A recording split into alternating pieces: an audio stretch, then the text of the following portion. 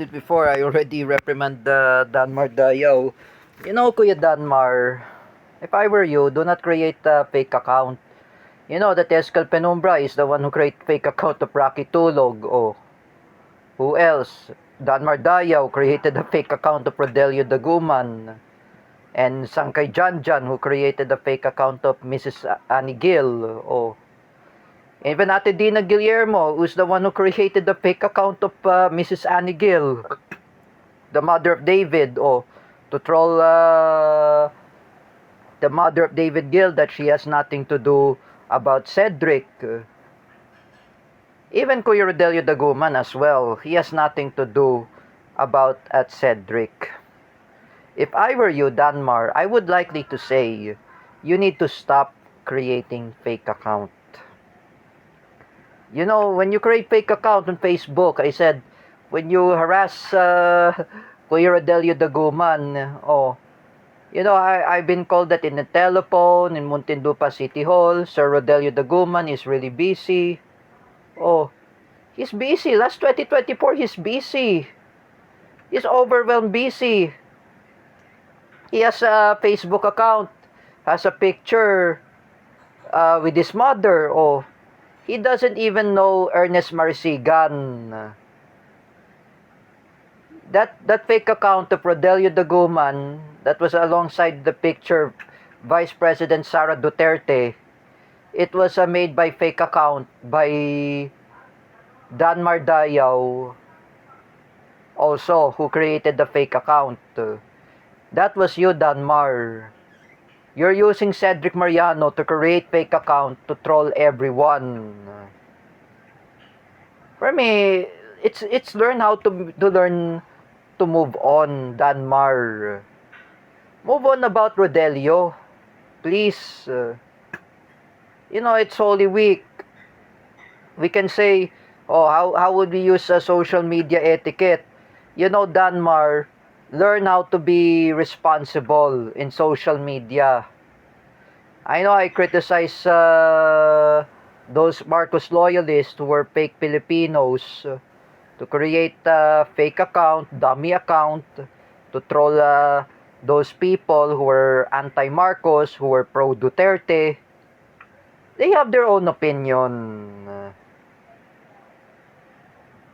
As I'm saying, what about, for example, Danmar Dayaw, and Sangkay Janjan, Ate Dina Guillermo, Teacher Alexander Pagkalinawan, Escal Penumbra, Paulo Cruzada, Gina Asedio, Jeffrey Asedio, G. Macasandil, and Romeo TV Vlog, and Jam Magno, who were Marcos loyalists, who were fake Filipinos. Ilocanos are fake Filipinos. There are trolls. They are Marcos loyalists. They are trolls. And can all of you learn about the respect of privacy of Kuya Rodelio Daguman? You know, Teacher Kelpabelo, reprimand your husband, Escal Penumbra, that he's the one who created the fake account of Rocky Tulog. Pagsabihan mo yung asawa mo, like I said. And you know what? The mother of Danmar Dayaw, pagsabihin mo to si Danmar, wag siya gumawa ng kung ano-anong fake account sa Facebook, like Rodelio Daguman. And even I'm just gonna say, Ate Emily, reprimand Ate Dina Guillermo, who created the fake account of Mrs. Annie Gill. I'm saying to you, Ate Emily and Ate Melcanete, pagsabihan niyo to si Ate Dina. Huwag siya gumawa ng fake account ng Annie Gill or Mrs. Annie Gill. And even Sangkay Janjan. You know, the girlfriend, I'm just gonna say to the girlfriend of Sangkay Janjan, pagsabihan mo si Sangkay, huwag siya gumawa ng fake account ng Mrs. Annie Gill. So I'm just want to say to all of you, you know, fake account on Facebook, creating trolls, that is a cyberbullying. You don't know about cyber libel, or you don't know about cyberbullying. All of you should stop creating fake account. Me, I never want to create fake account. Me, I've been doctoring and I was being brainwashed by Marcos loyalists last 2021 in pandemic. I harassed teacher Vincent. Oh, my parents called me. After pandemic, I harassed teacher Gio Malana. I'm the one who make fake account on Facebook. That I was being doctored by Marcos loyalists. And I know teacher Vincent and teacher Gio Malana, they are anti-Marcos, or they have their own opinion. And now I apologize teacher Vincent Ramos and teacher Gio Malana sincerely.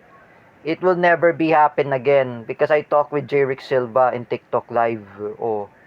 And we discussed that the what really happened in the past, in the few years. Oh. In the 2 years or 6 years or I guess it's 2 years ago, or it is my fault. Unlike you, Danmar, Dayaw, do not create fake account of Kuya Rodelio Daguman. He's overwhelmed, busy in his work. As I am saying, he's busy in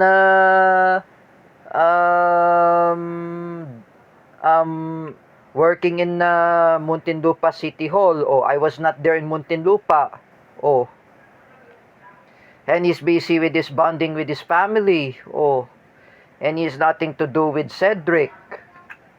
It has nothing to do. You know, unlike us, we have to be responsible how to use social media and Facebook.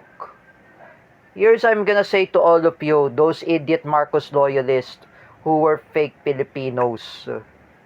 Like Danmar Dayaw, Sangkay Janjan, Romeo TV Vlog, Eskel Penumbra, Paulo Cruzada, Gina Asedio, Jeffrey Asedio, Jim Macasandil. Who else? Ate Dina Guillermo, Jam Magno, and even Teacher Alexandra Pagkalinawan and Ate Dina Guillermo. Oh. And even Teacher Kel Pabelo. All of you are manipulatives. Creating fake account to troll the people who are anti-Marcos.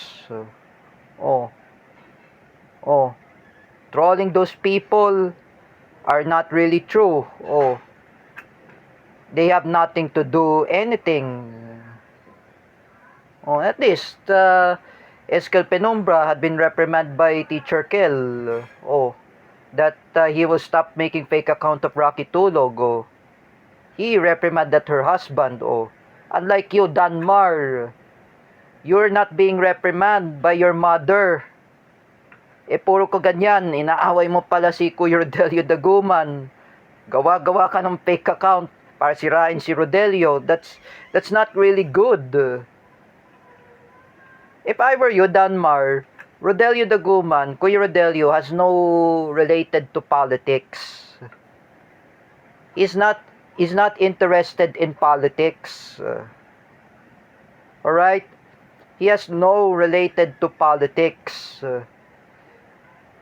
You know, Kuya Rodelio Daguman is busy in work in Muntinlupa City Hall. He's overwhelmed. If I were you, just stop creating fake account. You know that, because me, as a responsible in social media Facebook user, we have to be more responsible as we expected. Like all of you guys, we need to learn how to use social media.